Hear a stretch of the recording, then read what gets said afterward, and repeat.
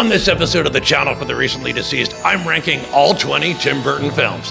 And you might think, given how I'm dressed, I might be biased. But my number one may surprise you, so be sure to stick around at the end of the video. And because I like to stay positive, I'm not going to dwell on the bottom 10, 11 through 20. Because frankly, even though I find those films not as good, there are still things I enjoy about each one. And if you'd like to skip to my top 10, I put chapter headings down below. So, with that being said, coming in at number 20, Charlie and the Chocolate Factory. Any ranking has to have a last place, and for me, it's this sugar-coated nightmare. Why Tim Burton, with his wild imagination, would want to remake a classic like Willy Wonka and the Chocolate Factory is anyone's guess. When it comes to Roald Dahl movies, obviously The Witches is a classic, but then there were James and the Giant Peach and Fantastic Mr. Fox, both in stop-motion animation, and they were great.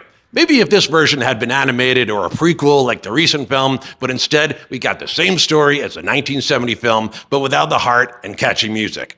And Johnny Depp playing less of an eccentric candy maker and more a guy you don't want hanging out near your kid's school? No thanks. But how did the film do on the tomato meter? Well, for some reason, the critics gave this an 83%, but audiences agreed more with me and gave it a 51%. Number 19, Alice in Wonderland. There is a 1933 black and white Alice in Wonderland film, which is somehow more Burton-esque than this 2010 green screen mess.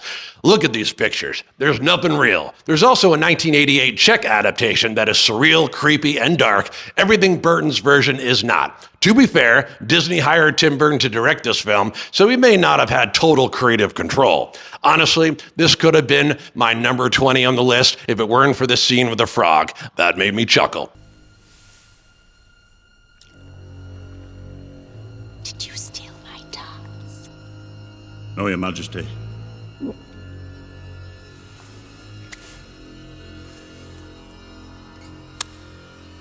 It's cranberry juice. I was so hungry! I didn't mean Open his head! Critics gave Alice in Wonderland the same score audiences gave Charlie and the Chocolate Factory, 51%, with audiences giving it a 55%. Number 18, Planet of the Apes. This film marked the beginning of the Helena Bonham Carter era. She, along with the incredible Tim Roth and practical makeup effects by the legendary Rick Baker, are what this remake has going for it. Unfortunately, it's still a remake, and Tim Burton should just stay away from remaking classic films. Take your stinking paws off me, you damn dirty ape! He also cast Mark Wahlberg, who, given a script like The Departed, can be amazing. But as leading man, not so much. Hey, Goat. It's good to see you. I like your beard. I had a beard like that in The Perfect Storm. Did you see that movie? Marky Mark in this film is like watching Keanu Reeves and Bram Stoker's Dracula. I love me some Keanu, but he was just miscast. Critics gave this one 43%, with audiences only 27%, making it the worst reviewed Tim Burton film from the people's perspective. And as bonus trivia, can you guess which actor from The Nightmare Before Christmas and the B Word also appears in Planet of the Apes? Write your answer in the comments below.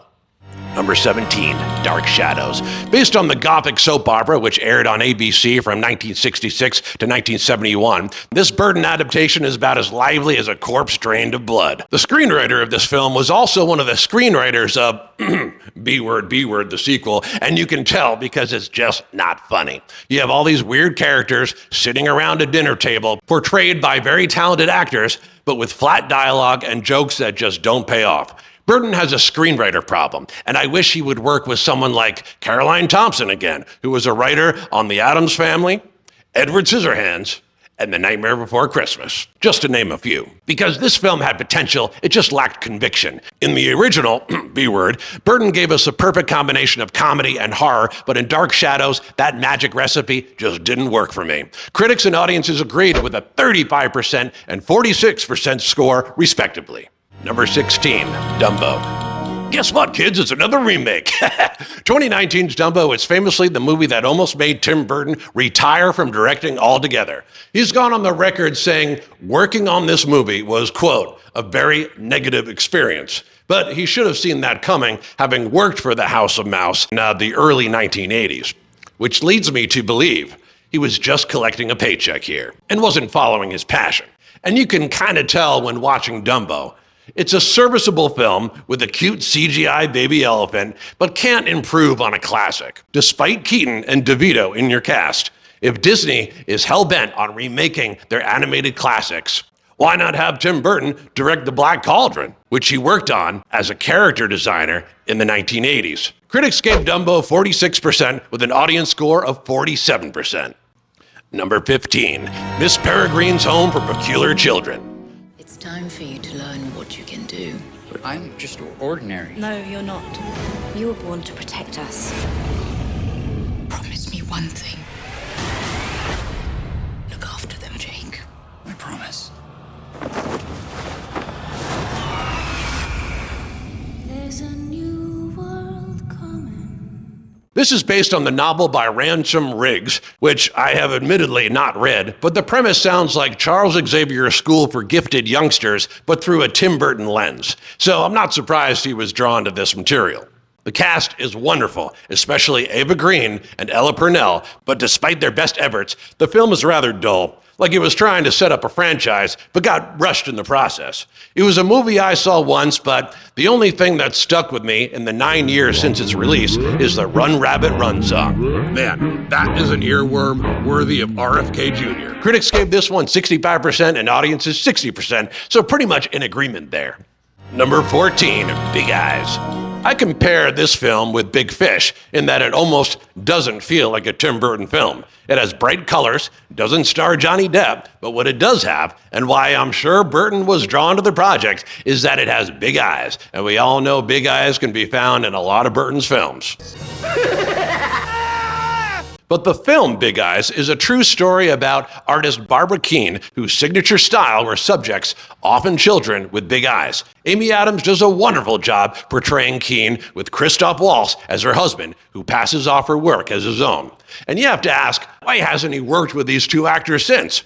Can you imagine Christoph Waltz playing Willy Wonka? Tim Burton is obsessed with the time period of the 1950s, and Big Eyes is the third film set in this time. Burton was born in 1958, so perhaps he's trying to tap into the era when his parents were young and life was optimistic. Critics gave Big Eyes 72%, with audiences 68%. Number 13, Frankenweenie. I rewatched this film recently, and while I love the stop-motion animation, I don't think this film was really necessary. Let me explain. Tim's original 1984 short film, Frankenweenie, that he directed while at Disney, was a great film that didn't need to be adapted into a feature-length film. When it comes to black and white films, I think Ed Wood works a lot better capturing the 1950s B-movie aesthetic. And while I have a soft spot for the dog and his little tail wag, I was left thinking they should have just released the original short film in theaters as a double feature along with Ed Wood. After all, Martin Landau is in both. Critics were a bit more kind on this one, with a score of 87% and audience score 70%. Number 12. Who's Beetlejuice? Don't ever say that name. Beetlejuice. Now, I'm sure a lot of you were wondering where I would rank this one, and there is so much to say about this long-awaited sequel that there's just not enough time in this video. So I promise to devote a separate video on my thoughts about the sequel. What I will say is that while I loved seeing these characters back on the big screen for the first time in 36 years, it wasn't what I had hoped it would be. And I do have a theory as to why it wasn't as funny as the first film. Michael Keaton famously ad-libbed a lot of his dialogue in the original film, but when they were filming the sequel, the writer's strike happened. And per union rules, if there is a writer's strike, the screenwriters cannot be on set, and the actors are required to say the lines written in the script with nothing improvised. Keaton even said in an interview, "I pretty much stuck to the script on this one." Now, the script was written by 3 individuals, one who wrote the screenplay for Dark Shadows, ranked low on this list, and the other 2 worked on the Netflix series Wednesday, which, although entertaining, was nowhere near as funny as the 2 Addams Family movies from the 1990s. That being said, I thought the late, great Catherine O'Hara was amazing. She always was. God rest her soul. And I feel her character was the closest to their character in the original film. Also, justice for Bob. Critics gave the sequel a 75% and audience score 79%. Number 11, Sweeney Todd, the demon barber of Fleet Street. Barker, his name was. Benjamin Barker. Until a man of power stole his freedom. destroyed his family and banished him. May the Lord have mercy on your soul. For life. And in his sorrow, a new man was born. Just narrowly missing the top 10 is Burton's adaptation of the hit Stephen Sondheim musical. Now, I'm a big fan of the stage musical. I've seen it several times. Unfortunately for the movie, they didn't hire actors who could sing. Johnny Depp and Helena Bonham Carter certainly look the part, but just didn't have the vocal range needed for these roles. Sacha Baron Cohen, however, who plays the part of Pirelli, can sing, and he was one of the better things about this movie. Before Burton came on board, a film was planned with Kevin Kline in the title role of Sweeney Todd, and that would have been incredible. Then play a sanctimonious part with a pirate head and a pirate heart. One of my biggest gripes I have with Tim Burton is that when it comes to casting, he has never cast a wide net, with Depp starring in 8 out of 20 films and Helena Bonham Carter in 7 out of 20. But he nailed the dark, oppressive atmosphere of Victorian London. Critics and audiences were in agreement on this one, with a critic score of 86% and audience score of 81%. Now that we have the bottom 10 out of the way, I'd like to take a moment and thank the sponsor of today's video, Slasher World. Located on Melrose Avenue in Hollywood, Slasher World is a horror-themed immersive retail and event space in Los Angeles that combines a store with a museum-like experience for horror fans. It features horror merchandise, movie scene recreations, photo opportunities with props like life-size slashers, and a permanent VHS exhibit called Slashback Video, where I'm standing now. An all-horror VHS video store, immersive experience and art gallery. You can visit Slashback Video inside Slasher World, located on Melrose Avenue in Los Angeles. And I'll put a link in their website in the description below. So big thank you to Slasher World for sponsoring this video. Now, on to the top 10. Number 10, Mars Attacks. Coming up on the 30th anniversary, Mars Attacks is a fun, but far from perfect film. The first Burton movie to rely heavily on CGI, the effects haven't really held up years later, but since the film is a parody of all the low-budget alien invasion films of the 1950s, which had rudimentary special effects, I guess it makes sense. And it's really the performances that make this film, of which there are a lot. You think Love Actually had a big cast? Mars Attacks had Jack Nicholson, Glenn Close, Pierce Brosnan, Danny DeVito, Sarah Jessica Parker, Michael J. Fox, Martin Short, Natalie Portman, Tom Jones, Annette Bening, Jack Black. I could go on and on. Critics and audiences were in agreement on Mars Attacks, with a 55% critic score on Rotten Tomatoes and a 53% audience score. And while not the best numbers, if you said to someone on the street, they'd probably know exactly what you're referring to. What I like about this film is that it embraces the campy humor, and it's a bright, colorful film, which is not typical of Burton. And fun fact, the director of photography on Mars Attacks was Peter Shazinski, who also worked on the Rocky Horror Picture Show and a little film called The Empire Strikes Back. This would be the only film the two would collaborate on. Number 9, Big Fish. In telling the story of my father's life, it's impossible to separate fact from the fiction, the man from the myth.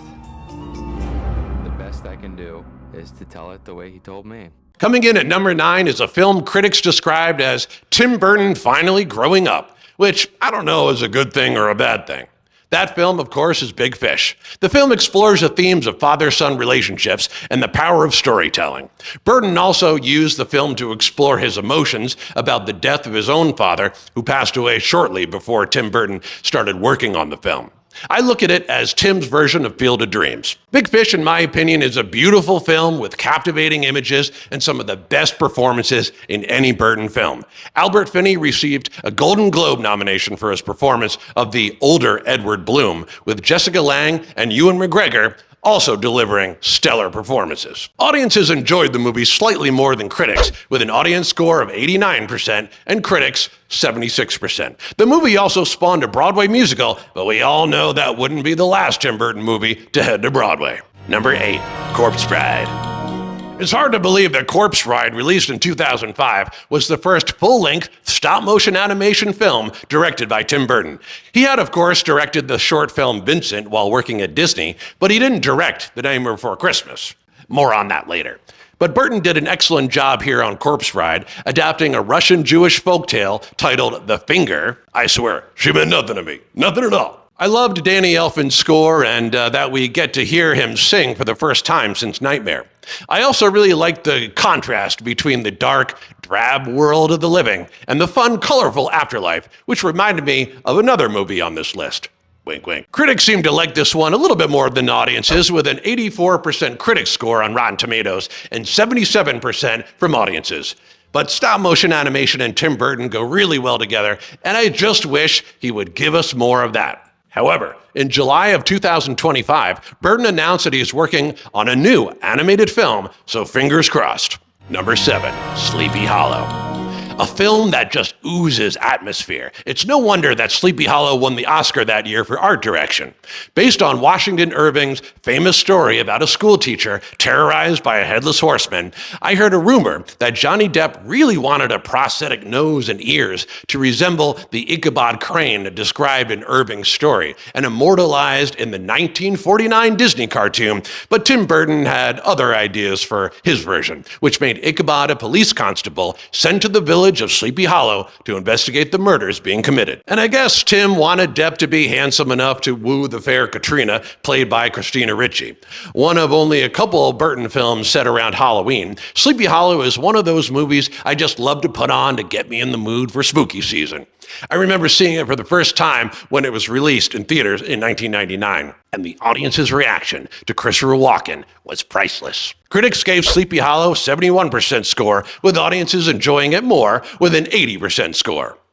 Number 6, Batman Returns. Now, I know a lot of people who prefer Batman Returns over the original 1989 Batman, but I'm just not one of them. That isn't to say I didn't enjoy the hell out of 1992's Batman Returns. It is in my top 10, but the movie was missing the art direction of Anton Furst, who designed the look of Gotham City in the original film. That Gotham was, well, gothic in appearance, but in Batman Returns, it skewed more towards an Art Deco style. The star of this film, in my opinion, as I'm sure many of you will agree, was Michelle Pfeiffer as Catwoman. Learning all her own whip stunts, not to mention the on-screen chemistry she had with Keaton, she was iconic. And Batman Returns also gave us the lovable Doug Jones in his very first on-screen role as the Thin Clown. Critics gave Batman Returns 82%, with audiences 73%. These numbers are almost a complete flip of the first Batman film, and if you're wondering why, just Google Batman Returns Happy Meal Controversy, and you'll thank me later. Number 5, Ed Wood. Tim Burton's love letter to the worst director of all time, and I mean that as a compliment. Ed Wood is one of only 2 films about a real person, the other being Big Eyes. Burton grew up watching B-movies like Plan 9 from Outer Space, and you can tell this film was made with admiration. An incredible cast that includes Johnny Depp as Ed Wood, Martin Landau, who won Best Supporting Actor for portraying Bela Lugosi, and the gorgeous Lisa Marie as goth icon Vampira. And who could forget that cameo of Vincent D'Onofrio as Orson Welles? Ed Wood is Burton's highest rated film among critics, giving it a score of 92% and audiences 88%. And would be one of the last movies the director would film in Hollywood before moving over to England. Number 4, Edward Scissorhands. Now, a lot of you might come after me in the comments because I didn't rank this film number 1. Because for a lot of Tim Burton fans, it doesn't get much better than 1990's Edward Scissorhands. And let me be clear, I often flip-flop between this film and my number 3 spot, which I'll get to in a minute. Edward is still a great film, incredibly creative and unique, which is not something that can be said for Burton's later work. It has the distinction of being the first collaboration between Johnny Depp and the director, but also the last film of the legendary Vincent Price, and also the distinction of being the only Tim Burton film adapted to a ballet. Bowie. What's wrong with ballet? That's right. Danny Elfman's score to this movie is so damn beautiful, they said, you know what this ice dance needs? More dancing. This is a classic fish-out-of-water story that I felt was missing from the Wednesday series on Netflix. Burton's characters work best when interacting with, quote, normal people. Adam and Barbara Maitland versus Delia Dietz, the Penguin versus the citizens of Gotham City, and the black leather-clad Edward versus the neighbors of a pastel-colored suburbia. It's also Frankenstein reimagined, complete with angry mob and spooky castle on the hill. I wish Burton would make more films based on his original characters because I believe in my heart that even rough sketches he drew on cocktail napkins in the early 80s would make better movies than remaking Dumbo or Planet of the Freakin' Apes. Give me Oyster Boy the movie already. Critics gave Edward 90% with audiences 91%. Number 3, Pee-wee's Big Adventure. Good morning, Pee-wee. Good morning, Mr. Breakfast. Can I have some Mr. T cereal? Okay. Pity the poor fool. Don't eat my cereal. Tim Burton's first full-length feature film and the only movie of his filmography to be added to the Criterion Collection so far. Pee-wee's Big Adventure is pure joy from start to finish, a colorful circus of a road trip movie that still holds up today. I missed out on seeing this film in theaters when it was released in 1985, but got the chance to see it on the big screen at a 40th anniversary screening recently. To be in that audiences with parents introducing their kids to Pee-wee for the very first time, that is a night I will not soon forget. Critics gave Pee-wee's Big Adventure 78% with audiences 79%. And yes, those numbers are a little sus. Number 2, Batman.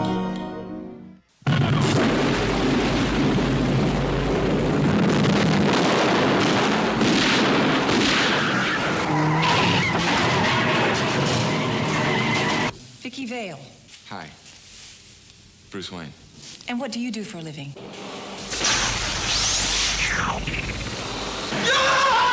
Like many people around the world, Batman is my favorite comic book character, and Michael Keaton, my favorite Batman. I saw this movie in the theater when it came out, the first Burton film I saw on the big screen, and it rocked my world. For the young people watching this, I can't emphasize enough what a phenomenon this movie was when it was released. It was the highest grossing movie at the time, staying in theaters for a whopping 6 months. Before Burton's Batman, people had only seen Adam West in a very campy G-rated portrayal, but Burton and screenwriter Sam Hamm brought the dark, brooding Batman of Frank Miller's The Dark Knight Returns to the big screen for the first time, and people went nuts. You want to get nuts? Come on, let's get nuts. Critics weren't as kind as me, however, giving it a 77% with audiences 84%. Now, before I reveal my number 1 spot, just a reminder to hit that like and subscribe button and make sure the bell icon is turned on so you never miss when I drop a new video. And my number 1 Tim Burton movie of all time. Hey, Bob, why don't we get a drum roll on this one? The Nightmare Before Christmas. I'm just kidding. It's the B word. Beetlejuice. Again, The Nightmare Before Christmas was not, I repeat, not directed by Tim Burton, but if it was, it actually would be my number 1 on this list. I love that movie. It's a holiday classic. I mean, just check out my collection. But since it was directed by Henry Selick and not Tim Burton, Beetlejuice takes my number 1 spot. And yes, I guess I am being biased after all. Released in 1988, The B Word was only Burton's second full-length feature film after Pee-wee's Big Adventure, and there's something to be said about my top 3 films being the first 3 films he directed. He was knocking it out of the park all before the age of 31. I've often thought that directors make better films when they are younger and have something to prove to the world. Compare Star Wars: A New Hope and American Graffiti to The Phantom Menace. Or Raiders of the Lost Ark to Kingdom of the Crystal Skull. What makes Beetlejuice so unique is that it was really the first film where the director had the freedom to express his weird side. From the skewed architecture inspired by German Expressionism to Delia's bizarre sculpture, Burton is in every frame of this film. And while Pee-wee was developed by Paul Reubens and Phil Hartman, the character of, well, me, changed a lot from the original script, where I was this horrific winged demon, to what we saw in the finished film. Burton even had drawings of the character to show makeup artist B. Neal. He wanted the character to look like he crawled out from under a rock. And the movie moves along at a great pace. There are no superfluous scenes or plot lines that drag the movie down like the sequel did, and the humor just works. At its core, this is a country mouse, city mouse comedy, a Green Acres, if you will. And growing up in Connecticut myself, seeing New Yorkers come up from the city to build weird, modern weekend retreats that would make Delia proud, I understood the joke. And with each viewing, I see new things, little details that back up my first place ranking. Critics gave it a score of 83% and audiences 82%, but frankly, I don't care. This film does not deserve a B-. Fight me. So there you have it. That was my ranking of all 20 Tim Burton movies. Do you agree with my list? Disagree? Let me know in the comments below. Even watching the channel for the recently deceased, I'm the host with the most. And until next time, never trust the living. Or Rotten Tomatoes.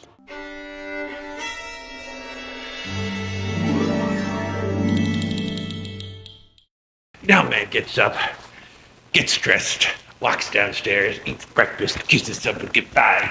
No, I'm not married. What I'm trying to tell you is, well, look, how am I dressed?